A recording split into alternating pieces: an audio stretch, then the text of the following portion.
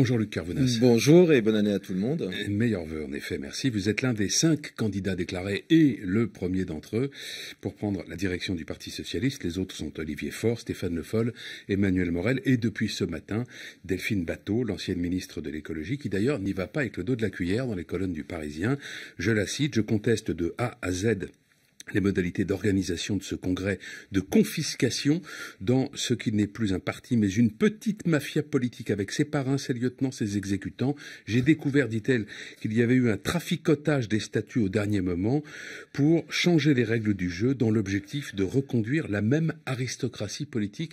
Vous comprenez de quoi elle parle ?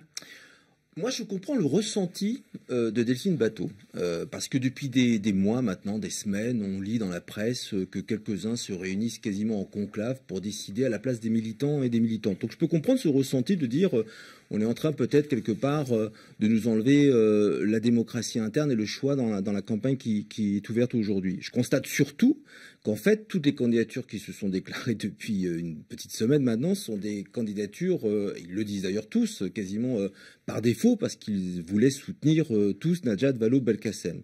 Moi, je suis parti en campagne très tôt parce que je voulais... Vous auriez été candidat même si elle l'avait été. Mais moi, je suis un candidat depuis des mois.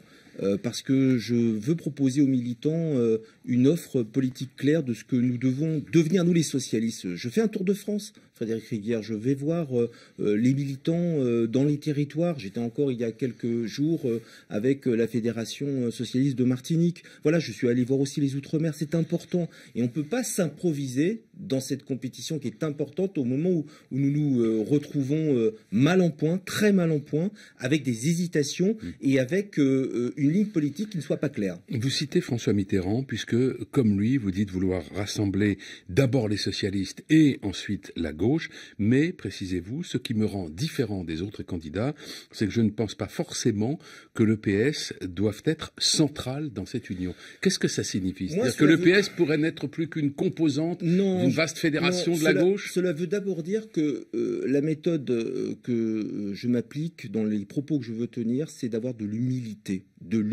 Nous sommes passés de près de 300 députés à moins de 30, même s'il y a un foisonnement dans ce groupe de candidatures, et c'est plutôt simple pour un appareil politique que l'on dit ou certains voudraient voir mort, ce qui n'est loin d'être le cas. Moi, j'ai envie de vous dire une chose, c'est que aujourd'hui, les socialistes que je rencontre, qui viennent par centaines dans nos réunions, ont envie encore que l'on dresse un cap, une espérance, ont envie que l'on soit une opposition claire. C'est quoi une opposition claire ? Je n'ai pas eu à tergiverser, c'est pas ma méthode, quand j'ai voté contre le discours de politique générale d'Édouard Philippe, parce que on ne découvre pas ce qui est en train d'être mis en œuvre dans ces politiques publiques à l'Assemblée nationale. Tout était dans la feuille de route énoncée à ce moment-là à l'Assemblée nationale. Donc il faut être clair dans la position que l'on veut avoir, et puis il faut être aussi clair politiquement sur cette volonté de vouloir rassembler sa famille. Comme vous l'avez souligné, c'est important, sans vouloir découper des têtes, comme je le vois ici ou là, et puis ensuite vouloir discuter avec la gauche. Moi, je parle de la gauche arc-en-ciel. Je parle de cette gauche qui peut s'appuyer sur le rose, rouge, vert, les partis politiques, mais plus seul, avec les associations citoyennes, avec les syndicats, avec les organismes socioprofessionnels, tout ce qui nous crante dans les territoires. Vous savez, les territoires, j'entends que tout le monde en parle. Mais moi, je n'en parle pas de manière incantatoire. Dans le texte que je porte, je fais des propositions concrètes, notamment sur la décentralisation économique, où je voudrais que les grandes administrations puissent aussi demain se répartir dans le territoire national afin de pouvoir relancer notre économie. Vous ne croyez pas du tout à l'idée des gauches irréconciliables qui avait été théorisée par celui qui était à l'époque votre ami, je ne sais pas s'il l'est encore, Manuel Valls. Vous savez, on a tous notre part, je le dis, dans le travail qui nous attend. Il faudra que l'on fasse le devoir d'inventaire, le bilan de tout ce qui a bien été ou mal marché. Moi, mon devoir d'inventaire me concernant, j'ai commencé à le faire lorsque j'avais signé cette tribune sur la déchéance que j'ai regretté ensuite pour venir en aide au président de la République sur les propos qu'il avait tenus au congrès de Versailles. Je profite de cette antenne pour dire que c'était une erreur. Mais fort de nos erreurs, et des miennes en particulier, cela m'a permis de ne plus être un béni oui-oui, Frédéric Rivière. Et sur les gauches irréconciliables, Ça a été un sujet de rupture avec Manuel Valls.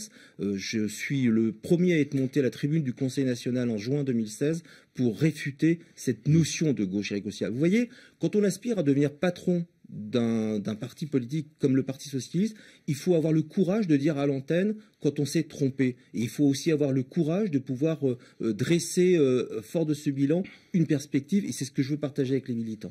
Julien Drey, dont on ne sait pas encore s'il sera candidat, mais enfin qui semble y penser, a proposé ce week-end une coprésidence du PS, un tandem composé d'un homme et d'une femme. Ça changerait tout, selon lui, dans la direction du parti. C'est une idée qui vous paraît intéressante, ça ?